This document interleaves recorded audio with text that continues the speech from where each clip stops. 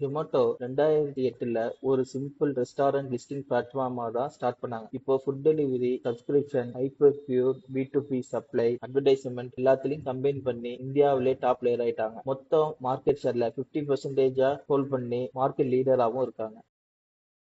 நம்ம ஜொமேட்டோவோட பிசினஸ் மாடலை பத்தி பார்ப்போம். First aggregated model. இவங்க ரெஸ்டாரண்ட் கிட்ட இருந்து 10 to 15% கமிஷன் வாங்குறாங்க. ஒவ்வொரு ஆர்டருக்கும் ஜொமேட்டோக்கு கேரண்டி இன்கம் இதுல இருந்து வருது. இது ஒரு ஸ்டேபிள் இன்கமாவும் இருக்கு அண்ட் ஹை மார்ஜின் பிசினஸாவும் இருக்கு. அடுத்தது டெலிவரி மாடல். டெலிவரி சார்ஜ ரெஸ்டாரண்ட்ல இருந்து வாங்குறாங்க, அதே மாதிரி கஸ்டமர் கிட்டையும் வாங்குறாங்க. பட் இதுல என்ன ஒரு ப்ராப்ளம்னா டெலிவரி காஸ்ட் அதிகமா இருக்கு. இதனால இதோட மார்ஜின் குறைவு தான். அடுத்தது ஜொமேட்டோட கோல்டன் சப்ஸ்கிரிப்ஷன். ஒவ்வொரு யூசரும் சப்ஸ்கிரிப்ஷன் ஃபீ பே பண்ணுவாங்க. அதுக்காக பார்ட்னர் ரெஸ்டாரண்ட்ல இருந்து ஸ்பெஷல் டிஸ்கவுண்ட் கிடைக்கும் அவங்களுக்கு. இது ஒரு ரெக்கரிங் இன்கம். ஆனா டிஸ்கவுண்ட் கொடுக்க வேண்டிய வரும் என்பதால இதோட மார்ஜினோட பிரைஸ் ரொம்ப கம்மி தான். அடுத்தது ஹைப்பர் பியூர் B2B சப்ளை. ரெஸ்டாரண்ட்க்கு டைரக்டா ஃபார்மர் கிட்ட இருந்து இன்கிரியன்ட சப்ளை பண்ணுறாங்க. வால்யூம் பெரியதா இருந்தாலும் இதோட காஸ்ட் ரொம்ப அதிகம். அதனால இதோட மார்ஜின் ரொம்ப கம்மியா காட்டுது நம்மளுக்கு. அடுத்தது advertisement and promotion. Restaurant visibility and marketing டூலுக்காக ஜொமேட்டோக்கு பே பண்ணுவாங்க.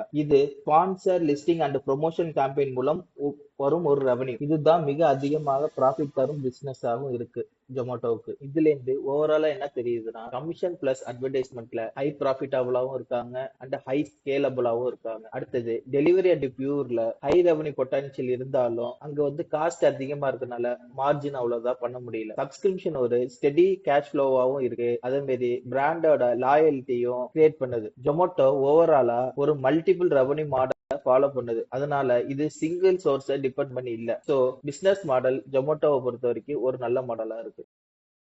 கம்பெனி ரெவன்யூ இந்த வருஷம் 7167 கோடியா இருக்கு. போன வருஷத்தை கம்பேர் பண்றப்ப 70% இது அதிகம். இது ஜொமேட்டோட ஒரு ரெக்கார்ட் லெவல். இதுக்கு மெயின் ரீசனே Blinkit quick commerce division growth தான். Blinkit first time food delivery வால்யூமை கிராஸ் பண்ணியிருக்கு. இது இண்டஸ்ட்ரியில ஒரு பெரிய மைல்ஸ்டோன். ஃபுட் டெலிவரியில ஸ்டேபிள் growth மெயின்டைன் பண்ணாலும் பிளிங்கட் தான் ரெவன்யூ ஜென்ரேட்டா இருக்கு. ஆனா அதே டைம்ல எக்ஸ்பென்சிவ் அதிகமா இருக்கு. ஸோ டாப் ஆஃப் த லைன்ல growth ஸ்ட்ராங்கா இருந்தாலும் பாட்டம் லைன்ல பிரஷர் அதிகமா இருக்கு. இதே growth ஃபியூச்சர்ல ப்ராஃபிட்டா கன்வெர்ட் ஆகுமா இல்லையா என்பதுதான் இன்வெஸ்டருக்கு பெரிய கேள்வியாவும் இருக்கு. அடுத்தது ப்ராஃபிட் ட்ரெண்டை பத்தி பார்ப்போம். கடந்த வருஷம் ஜொமேட்டோ 253 கோடி ப்ராஃபிட்ல இருந்துச்சு. ஆனா இப்போ 25 கோடி தான் ப்ராஃபிட். Almost 90% drop. இது இன்வெஸ்டருக்கு ஒரு ஷாக் தான். ரெவன்யூ growth 70% இருந்தாலும் ப்ராஃபிட் growth கம்மியா தான் இருக்கு. காரணம் என்னன்னா குயிக் காமர்ஸ்ல அதிகமா இன்வெஸ்ட் பண்ணதும், புதிய ஸ்டோரி எக்ஸ்பென்ஷன் பண்ணதும், மேலும் டெலிவரி நெட்வொர்க் ஸ்ட்ராங் பண்ணிருக்காங்க. ஓவரால் எக்ஸ்பென்சிவ் இந்த குவார்டர்ல 7400 கோடியாவும் லாஸ்ட் இயர் கம்பேர் பண்றப்ப இது நியர்லி டபுளா இருக்கு. இதுக்கு முக்கிய காரணமே டெலிவரி ரிலேட்டட் சார்ஜஸும் அட்வர்டைஸ்மெண்ட் சேல்ஸ் ப்ரமோஷன்ஸும் கம்பெனி அக்ரெசிவா மார்க்கெட் ஷேர் கேப்சர் பண்றதுனாலையும் இது இமிடியட் லாஸ் அதிகமா உங்களுக்கு தெரியுது. சிம்பிளா சொன்னா டாப் லைன்ல ரெவன்யூ வேகமா வளருது, ஆனா பாட்டம் லைன்ல ப்ராஃபிட் அதே வேகத்துல சப்போர்ட் பண்ணல. இதுதான் நியர் டேர்ம் ரிஸ்காவும் இருக்கு. இப்போ ஜொமேட்டோவோட செக்மெண்ட் வைஸ் ரெவன்யூ அந்த growth பத்தி பார்ப்போம். First food delivery segment. Food delivery செக்மெண்ட்ல ரெவன்யூ இந்த வருஷம் 2657 கோடியா இருக்கு. இது லாஸ்ட் இயர் கம்பேர் பண்றப்ப 70% அதிகம். அப்புறம் கிராஸ் ஆர்டர் வேல்யூ 16% இன்க்ரீஸ் ஆயிருக்கு. இது ஒரு ஸ்டெடி growth காட்டுது. மார்ஜினும் இம்ப்ரூவ் ஆயிருக்கு. எபிட்டா வேல்யூ 3.9ல இருந்து 5% ஆயிருக்கு. இதுக்கு காரணம் என்னன்னா பிளாட்ஃபார்ம் ஃபீஸை இன்க்ரீஸ் பண்ணிருக்காங்க. அப்புறமா பெட்டர் காஸ்ட் எஃபிஷியன்சியாவும் இருந்திருக்காங்க. இதுல அட்வான்டேஜ் என்னன்னா ஃபுட் டெலிவரி பிசினஸ் மெச்சூர் ஸ்டேஜுக்கு போயிருச்சு. அதனால மார்ஜின் ஸ்லோலியா இம்ப்ரூவ் ஆகுது. இது லாங் டேர்முக்கு ஸ்டேபிள் கேஷ் ஃப்ளோஸை தரும். அடுத்தது நம்ம குயிக் காமர்ஸ் பிளிங்கட்டை பத்தி பார்ப்போம். இங்கதான் ஃபயர் கிராக்கர் growth இருக்கு. கிராஸ் ஆர்டர் வேல்யூ இங்க 11,821 கோடியா இருக்கு. லாஸ்ட் இயர் கம்பேர் பண்றப்ப இது 140% அதிகம். First time Blinkit food delivery வால்யூமை கிராஸ் பண்ணி இருக்கு. இது கஸ்டமர் பிஹேவியர் சேஞ்ச் கிளியரா காட்டுது. கிராசரி அண்ட் டெலிவரி ஏஜென்சியை இன்ஸ்டன்டா டெலிவரி பண்ண மக்கள் ப்ரிஃபர் பண்றாங்க. ஆனா டவுன் சைடு என்னன்னா எபிட்டா லாஸ் ஆயிருக்கு 162 கோடியா. காரணம் என்னன்னா அவங்கள அக்ரெசிவ் ஸ்டோர் எக்ஸ்பான்ஷன் பண்ணிருக்காங்க, higher logistic cost and high promotional activities. So Blinkit top லைன்ல growth லீடர் ஆனாலும் பாட்டம் லைன்ல டிராக் பண்ணுது. இது ஃபியூச்சருக்கு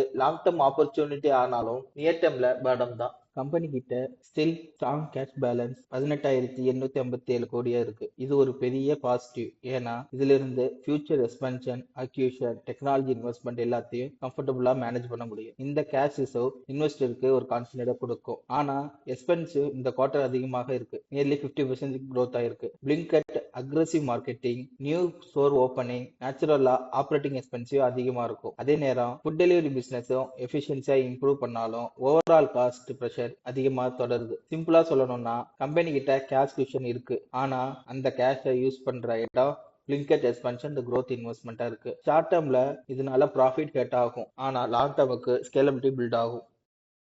நம்மளோட வேல்யூஷன் கால்குலேட்டர்ல எக்ஸ்பெக்டட் ரேஞ்ச் வந்து 195 இருந்து 205 வரைக்கும் இருக்கு. ஆனா நம்மளோட கரண்ட் மார்க்கெட் பிரைஸ் 318ல ட்ரேட் ஆயிட்டு இருக்கு. இதுல இருந்து பாக்குறதுல என்ன தெரிஞ்சுச்சுன்னா 35% ஜொமேட்டோ ஷேர் ஓவர் வேல்யூவேஷன்ல ட்ரேட் ஆயிட்டு இருக்கு.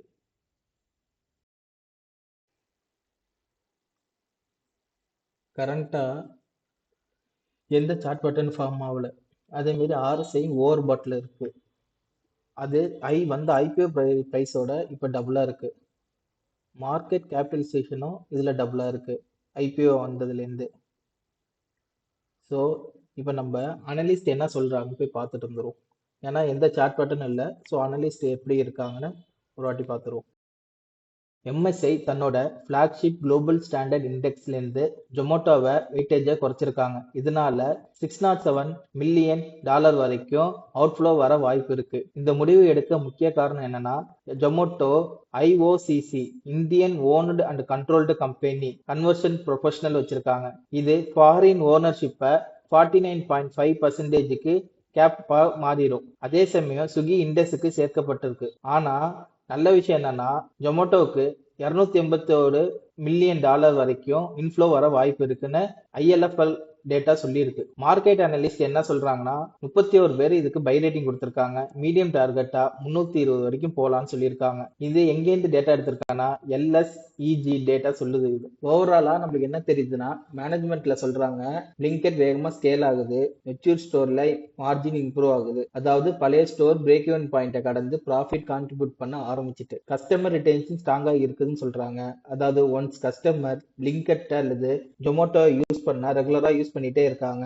இது ரெக்கரிங் ரெவன்யூக்கு ஒரு பெரிய பிளஸ். ஃபியூச்சர்ல பிளிங்கட் ரேபிட் எக்ஸ்பென்ஷன் கண்டினியூ பண்ண போகுது. வேகமாவும் வளருது. ஜொமேட்டோ அடுத்த ஒரு ஸ்ட்ராங் மார்க்கெட் லீடர்ஷிப்பா மெயின்டைன் பண்ண அதிக வாய்ப்பா இருக்கு. ஆனா நியர் டேர்ம் பிக்சர்ல ப்ராஃபிட் பிரஷர் தொடரும். காரணம் என்னன்னா அக்ரெசிவ் இன்வெஸ்ட்மெண்ட், புதிய ஸ்டோருக்கு setup cost, high delivery expensive, promotion போன்ற நிறைய ரீசன்கள் இருக்கு. அதனால EPS growth இன்வெஸ்டருக்கு இமிடியேட்டா தெரியாது. அதே மாதிரி MSI அவங்களோட வெயிட்டேஜை குறைச்சிருக்காங்க. இதுவும் ஒரு ஷார்ட் டேர்ம்ல ஒரு ப்ரெஷரை கிரியேட் பண்ணும். நம்மளுக்கும் டெக்னிக்கல்ல அது 52 வீக்ஸ் கையாவும் இருக்கு. அதே மாதிரி வேல்யூவேஷன்ல 30% பிரீமியமா இருக்கு. அனலிஸ்டும் மீடியம் ஷார்ட் டேர்மாவும் 320 பிரைஸ் எக்ஸ்பெக்ட் பண்றாங்க. ஆல்ரெடி கரண்ட் மார்க்கெட் பிரைஸ் 318ல இருக்கு. ஸோ அனலிஸ்டும் அவங்களோட மீடியம் டார்கெட்டை அச்சீவ் பண்றாங்க. அதனால ஷார்ட் டேர்முக்கு இந்த ஸ்டாக் வந்து சரி வராது. ஃபார் லாங் டேர்ம் இது நல்ல ஸ்டாக் தான்.